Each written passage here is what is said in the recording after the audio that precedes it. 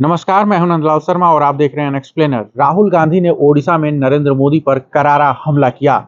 नरेंद्र मोदी पर हमला करते हुए राहुल गांधी ने ओडिशा के युवाओं को याद दिलाया कि प्रधानमंत्री की सैलरी 1,60,000 रुपए है, लेकिन प्रधानमंत्री हर रोज सुबह सूट बदलते हैं, दोपहर में सूट बदलते हैं, शाम को सूट बदलते हैं, किसी से मिलने जाते हैं तो सूट बदलते हैं, किसी प्रोग्राम में जाते हैं तो सूट बदलते हैं।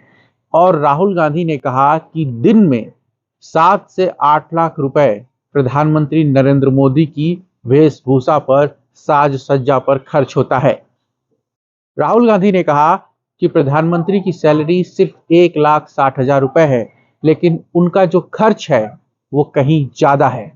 तभी भीड़ से युवाओं ने आवाज लगाई, क्योंकि राहुल गांधी ने पूछा था कि अगर दिन में 7 से 8 लाख रुपया खर्च होता है तो महीने का खर्च कितना हुआ। युवाओं ने कहा कि 2 करोड़ रुपया, यानी कि नरेंद्र मोदी के महीने का खर्च है 2 करोड़ रुपया, लेकिन सैलरी है प्रधानमंत्री की 1,60,000 रुपए। तो ये 2 करोड़ रुपया किसकी जेब से आता है, कौन देता है? और तब जनता ने कहा, युवाओं ने कहा कि अडानी। ये जो परसेप्शन है, ये जनता को भी पता है कि अडानी किसके लिए काम करते हैं और नरेंद्र मोदी किसके लिए काम करते हैं। राहुल गांधी ने कहा कि यही आर्थिक अन्याय है। अपनी भारत जोड़ो न्याय यात्रा में राहुल गांधी 5 मुद्दों पर बात कर रहे हैं: युवा न्याय, किसानों के लिए न्याय, नारी के लिए न्याय, श्रमिकों के लिए न्याय और भागीदारी का न्याय। भागीदारी का न्याय है कि जिसकी आबादी जितनी है उसको उसी के अनुपात में भागीदारी मिले।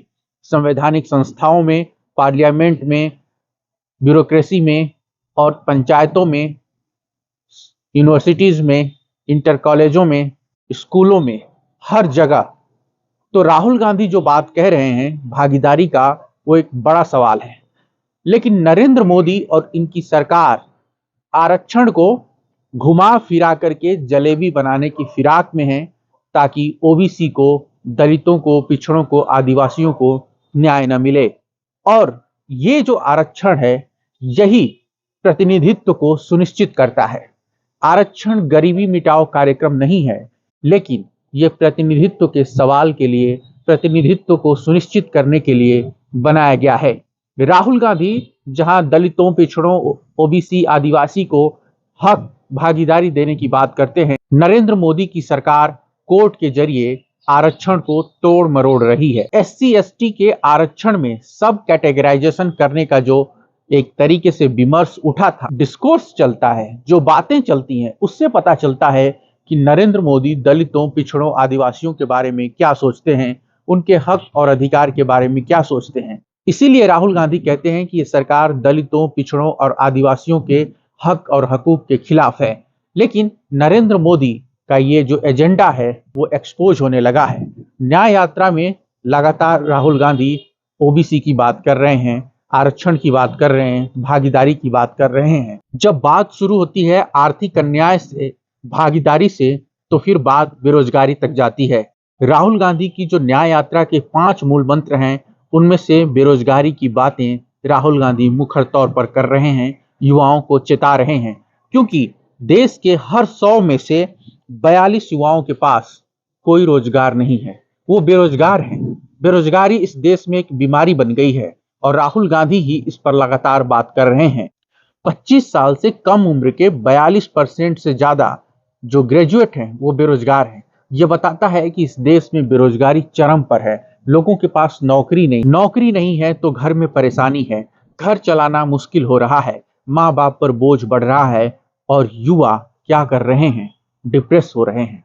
डिप्रेशन के चलते गलत कदम उठा रहे हैं, अपनी जान को दांव पर लगा रहे हैं और ये बात इस सरकार को समझ में नहीं आती है।